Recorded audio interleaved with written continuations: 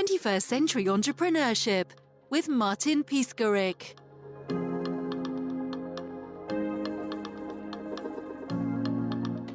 Did you know that the blood market, the blood industry market is, blood cannot be manufactured, and blood is a very important thing in healthcare, right? Blood is a resource or a raw material that is required in the hospitals and health systems that cannot be manufactured in pharmacy, right? And year over year, less and less people have been coming and donating. Now, what happens? There is a stress on the blood markets. The blood price is going up, and you'll be surprised to see if it goes any lower, then you'll have a hard time. Even though you're a doctor and you're studying properly and everything of that sort, you will not be able to take care of yourself. It doesn't matter if you have good medicines, but if you don't have blood, you have a big problem.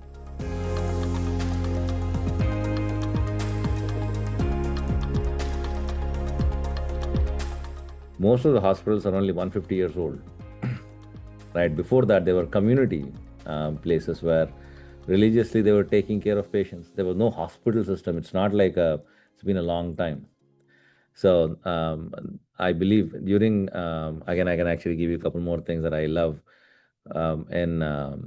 During the electricity time in 1920s, 1910s, when you had electricity come over, there was a new role that was coming up called a CEO, Chief Electrical Officer. They were supposed to be putting electricity in the industries and buildings and everything, and they were very worried about the safety precautions. And give 100 years, now everyone has electricity. Today we have a new role called Chief Data Engineer, Data Officer. Data is the new electricity today, which is going to be a common role, and that is digitization. And if you don't digitize, and if you look at the path of the past 100 years, you had, in the last, out of our last 100 years, last 30 years, I'm glad that I was part of this era because 30 years back, mobile came in, internet came in, computers came in, AI came in, cloud came in, and that what you knew 30 years back and what you know now and what you have as resources is completely day and night. And today's CDO is going to transform into something. CAIO is going to come in because AI is going to be a part of it. So I believe a transformation in the health system is imminent. There is nothing you can do about it because this is the market changing, and hence we all have to work towards it. If the young kids are looking at it, I would say look at the trend lines and adapt yourself. Don't want to be on the sidelines, but definitely get onto the bandwagon.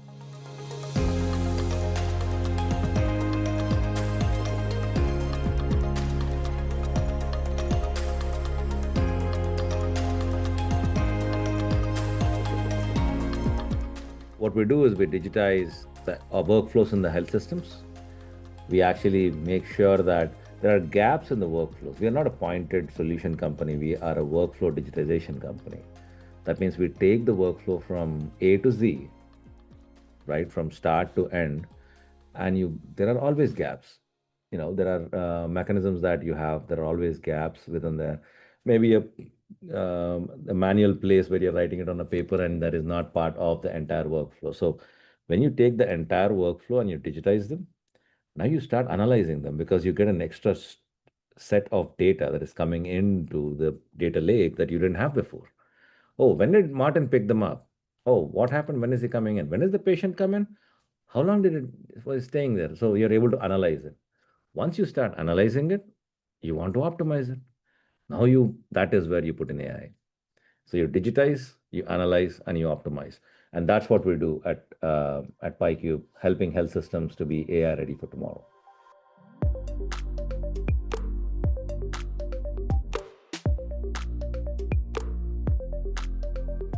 I am an engineer by training, not in healthcare. So I'm an entrepreneur, serial entrepreneur. This is my third company that I'm running. My first two companies were technical in nature. So first one was a services thing. We exited to Bain Capital. The second one was, we were wondering why is it taking such a long time for contracts to go through in businesses. You send them a contract, it takes about 4 months. 5 months sometimes to go through a contract. So we created a blockchain-based smart contract system, and we were able to sell that. So I was previously working in data centers. I was a data center architect. Uh, then I wanted to do something in data center services and stuff. That's when Amazon Web Services happened.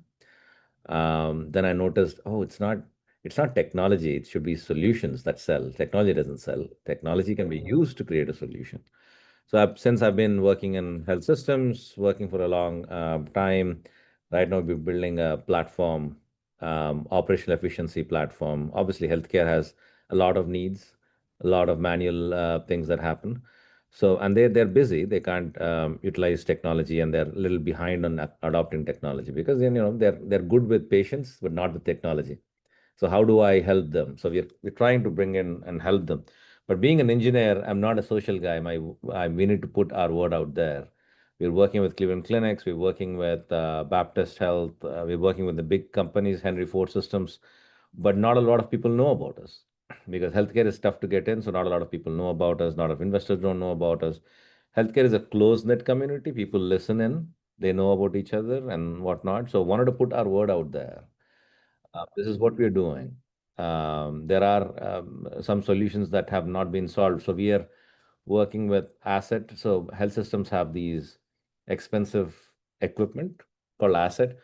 They're called biomedical assets. So a patient, you have assets that you need next to the bed to take care. Pumps could be, pregnant woman would have thermal blankets when their legs swell up. You actually put them. Those are all assets they use. They buy more than what they need. Example, if Martin has a two-car garage, but he buys 10 cars, then you have a parking problem, you have a registration problem, you have maintenance problem, then something will work, something will not work. Unnecessarily, you're paying taxes on all of them. So there's a lot of work that is additionally added to them as well. And then they don't find them. So we are helping them in assets. The same technology, how to manage them, don't spend more money, spend them on patient care. People yell at healthcare saying it's too expensive here, but they don't have any tools to actually save.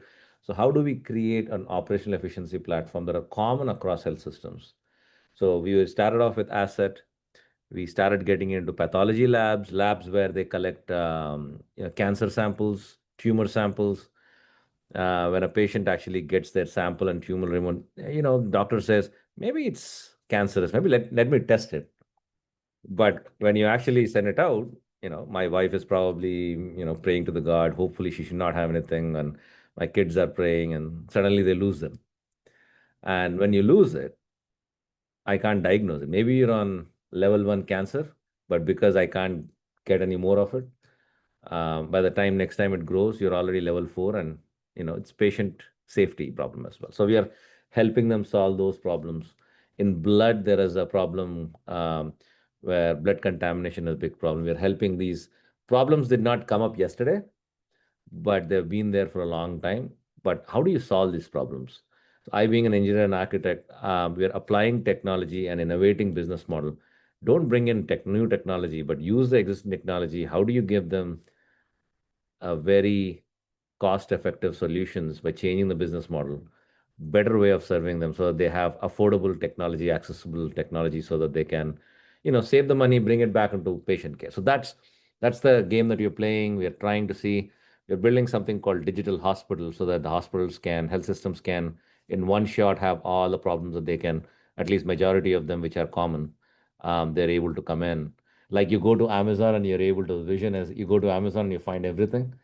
Here, as far as operations is concerned, if I'm able to put the common ones out there, it might help people to come in and start using the technology and save money. That's the whole point. And bottom line is patient safety and patient care.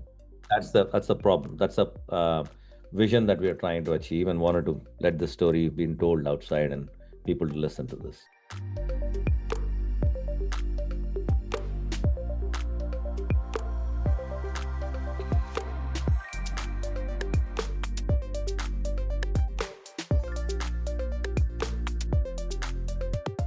Young kids have a lot of ideas, but I would tell them to actually respect the problem first. See, problems, they want to actually boil the entire ocean and try to actually take on the entire mountain at one time.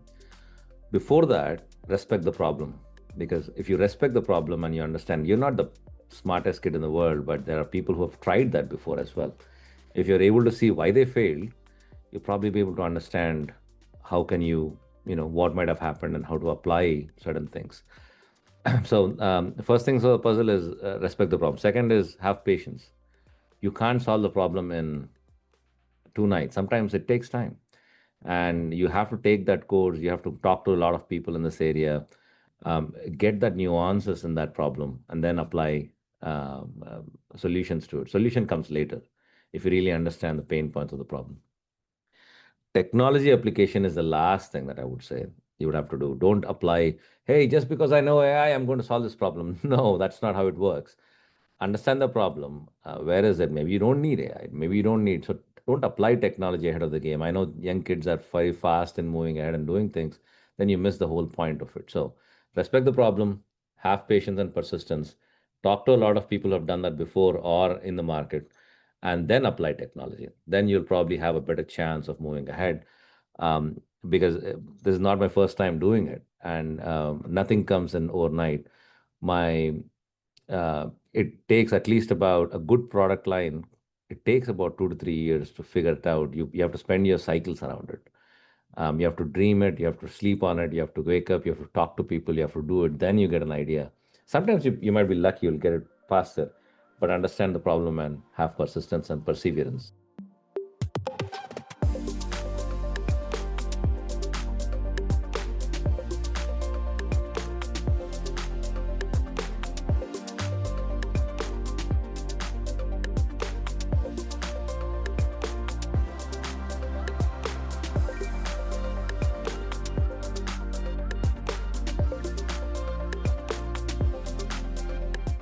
In the AI IoT world, what I would say is I always have a saying, um, AI without PI is not going to work out. Artificial intelligence without practical intelligence is not going to work out. Why do I say that? There are a lot of things that I hear from the market saying, oh, this is a new problem. If you apply AI and we start looking at the data, it is going to solve the problem. No, it won't solve the problem. It is going to take a smart guy to actually apply in the right way and ask the right questions and guide it to actually make it work. And if you lack the practical intelligence to solve that problem, you AI will not. It'll make mistakes, and you'll probably make a thing worse than that. So people have put AI in certain places where they have at least understanding of what happens. Automatic cars. I know how to drive a car, so I can actually figure out what should I do when something happens. Automatic drones, because people know how to drive a plane, so they know what happens in moving. But things that you don't know or human mind comprehend, trying to see if you can apply AI to it, you don't even know what the outcome is. So applying AI, be careful about it. Has a lot. It's a lot powerful, but learn about, again, respect the problem, right?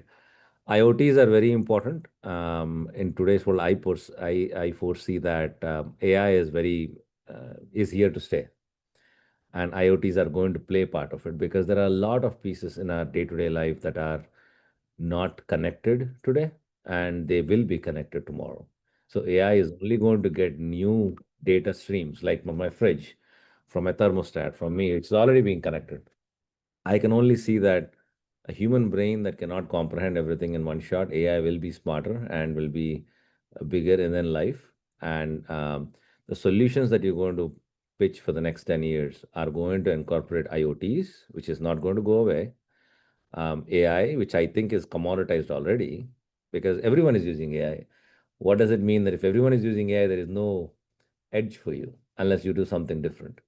So those are becoming table stakes at this point.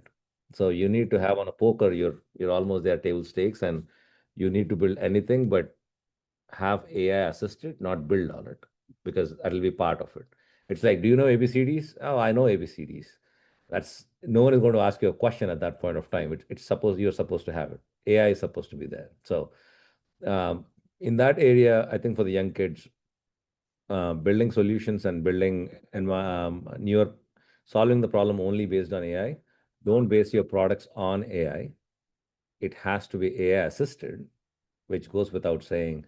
These days, when you go to a conference, also investors are expecting people to have AI that you're not even asking questions about it anymore.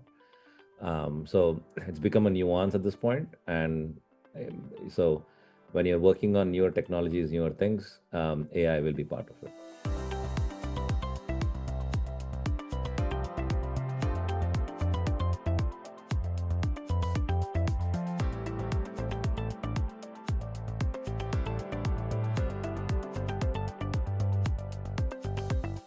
My companies were all bootstrapped till now. I've never taken money from the market. Lucky me, I should say. I'm not. It's not humbly. I would say that I was lucky enough to have the companies run profitably, and I never had to take money from the outside. So my journey has been bootstrapping is a completely different market than actually going with the investors, because you almost dance with the devil or people who are smarter than you. That's the investor world. In bootstrapping, you get a chance to move ahead, but you don't have all the resources to go fast and crash into something. So it's your money. You're going to spend on it. Every penny matters. Every person you hire, every hour is being burned is your money. So where are you going is going to be very important. So bootstrapping definitely takes a different kind of a leader with a lot of patience, but also to be calm and quiet, breathe properly, and listen to where you're going, because every money you're spending for the next 6 months, if you're not able to get the money back, then you've just taken away all the money you saved and you threw into something that you don't know. Um, Investment is, I have done bootstrapping all my life till now, and but I would greatly um, encourage people to actually take money from the market. The reason being, whenever your product is being sold to a customer who's not your cousin or brother or in-laws or person you know, that validates your product. Whenever someone else puts money in your product, that validates your product as well. So it's an ecosystem that should not be lost. It has value both sides of the coin. Bootstrapping does actually add value. The biggest problem with coming up with a newer product is the value of the product. What is the value of the company? What is this? So having an investor in, the first thing you'll have is the value. They will value it you at a certain price, and that helps you to see where you are in the market. So definitely there are two different lives. Bootstrap has a different life of itself. You bootstrap, you can make $10 million, but you don't know what the value of the company is. You can only imagine what the value is. So it's a different ball game. You need to have people advisory perspective. I would say if I am advising on running a company, definitely have people who are smarter than you, who are wiser than you, to be part of your team. You should not be the most smartest person in the market or in the team at least, because you will make mistakes. You'll not have the path forward. So those are three things. Have smarter people than you in the company, take money from the market because that validates, and do sell it to people who don't know. That improves your pitch, that improves your standing, that improves your product, that validates your product. So a lot of things are cleaned up from that perspective. Then you'll understand go to market, where do you go. Life, trust me, life becomes a lot easier after you do that. Don't stick to the first guy. Always go to the second or third guy that you can sell to. That creates a path forward for your product.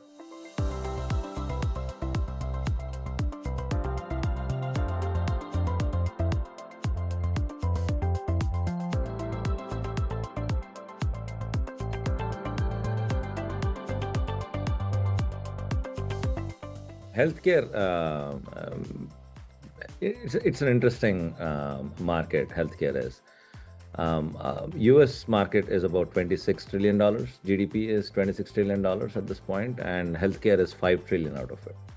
So it's almost 25%, 20 to 25% of the US market is healthcare. So to give you a context of percentage wise, 60%, 50 to 60% of research that happens in healthcare happens in America. So rest of the world is only 40%, right? So that's huge, because it contributes a lot to the world market and health and everything of that sort. With that being said, the health systems in America are almost stressed out at this point of time, because more and more people are living for a longer period of time. More and more tests have been happening. Example, I'll give you my father when he passed away in 2005. We didn't even have basic amenities in India, and there were a lot of things that are popping up. In just last 20 years, today you have all kinds of different diagnostic tests. New things are coming up. It the new things are coming up. What does it mean? That means every time I go to a doctor, he's doing a new test on me. That means there is people coming in. There are new kinds of tests coming in. So new training has to happen. New kinds of training has people have to come into the workforce. New lines of businesses have been created in healthcare because we don't know about 100% about our health. It's still in infancy. They say it's in the 40% margin. There is a lot to learn about a human body. Even the doctors say that we don't know everything. I don't know why you are getting these problems. I'll be a detective and see if that is a problem I can solve, or maybe let me research a little bit. So, in this kind of a mechanism where it's not solved yet, it's getting better and better, and we are living longer and longer. In If I tell you in 1900s, the average life of a person was about 40s to 50s. 50s in 1800s, it's about 40s. Now it is about 70s, 80s. People are living up to 70. That means more and more people are being taken care of. That being said, when you have, I would also say it's a service industry. Hospitals are nothing but a service industry. It's like a mechanic shop of a car. When a car gets, it's not good, you take it to a mechanic shop.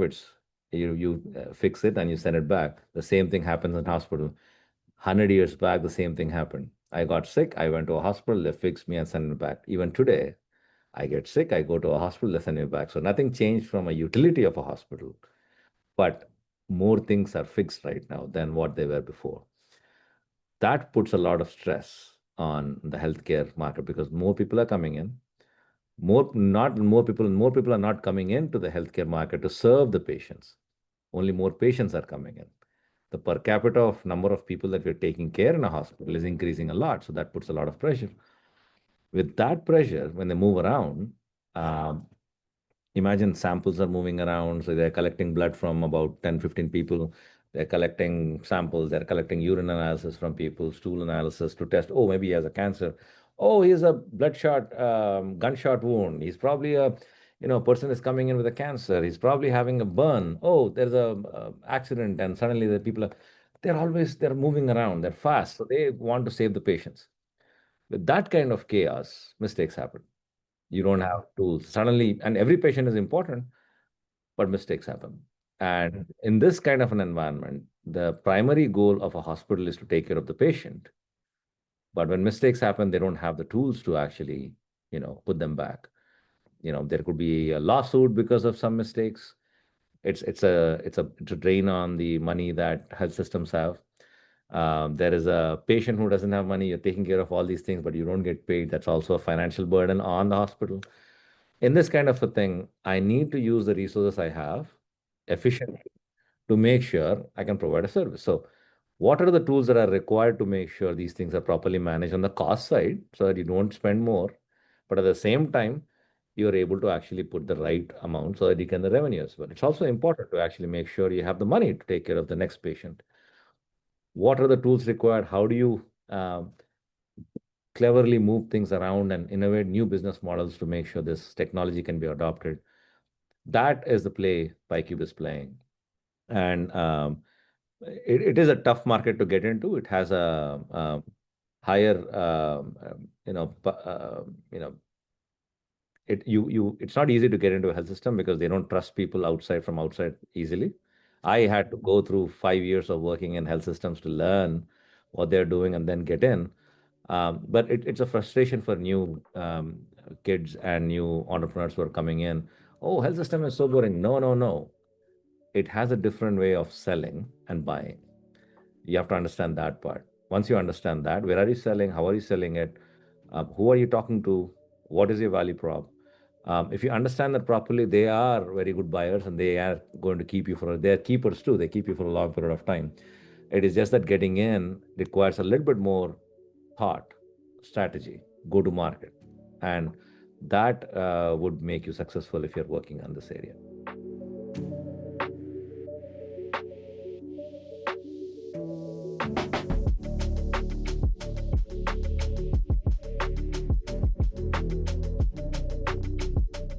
digitization is a efficiency utility of a business. What do I mean by that? Is everyone can actually do business. Not everyone, but these are, let's say, Expedia. It's an online thing. Some new businesses have come into picture after internet has come in. But previously we did work. I'll give you an example of airline industry, right? Um, Imagine 40 years back, maybe most of the kids would not know what an airline industry was. But if I had to go to Dallas, if I had to travel to Dallas, I would have the only way I could have done it is I would walk into an airport and buy a ticket at the counter. So if I had to go to Dallas, I need to go to the counter and go and ask them, do you have any tickets for tomorrow Dallas or today Dallas? And then buy a ticket. What if she says, I don't, I'm sold off? Then would you go to Frontier Airlines next door? Then you go to, that's exactly how it was. Imagine what happened. They moved the digitization, the friction that a customer has, and the connection between a customer and a seller was at the doorstep of that buying of a ticket. They moved a little bit behind and put an agent in between, an Expedia. Now you're able to actually see if you can, which Dallas flight has empty tickets.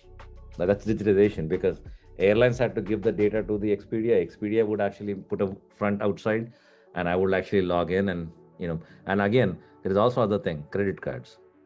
Even when I select the line, I have to pay them as well. So those are digitization, financial digitization, data digitization, customer digitization, right? You're basically giving the customer. Internet gave you that. Then what happened? I used to work at an airline, Northwest Airlines, and the boarding pass was only being issued at the point, right? When you go to the airport, that is when we didn't have those kiosks. 20 years back, we just started doing those kiosks. They're nothing but Microsoft Windows. So you have to go there on time, 1.5 before, you go in and take.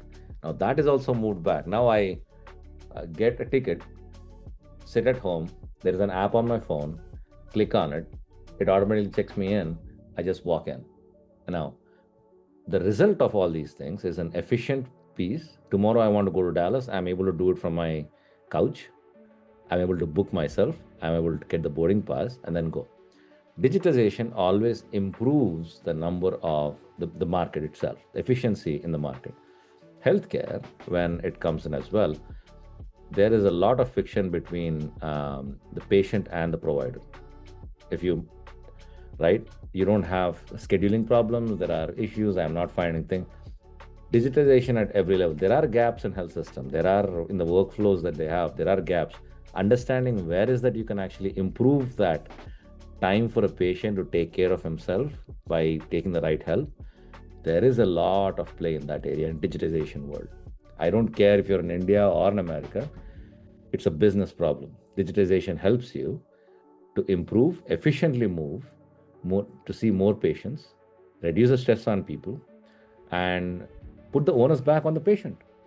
And you'll be able to actually get a lot more done with the same amount of resources. So the digitization does have, I believe digitization can exponentially improve the efficiencies in any operation, including healthcare.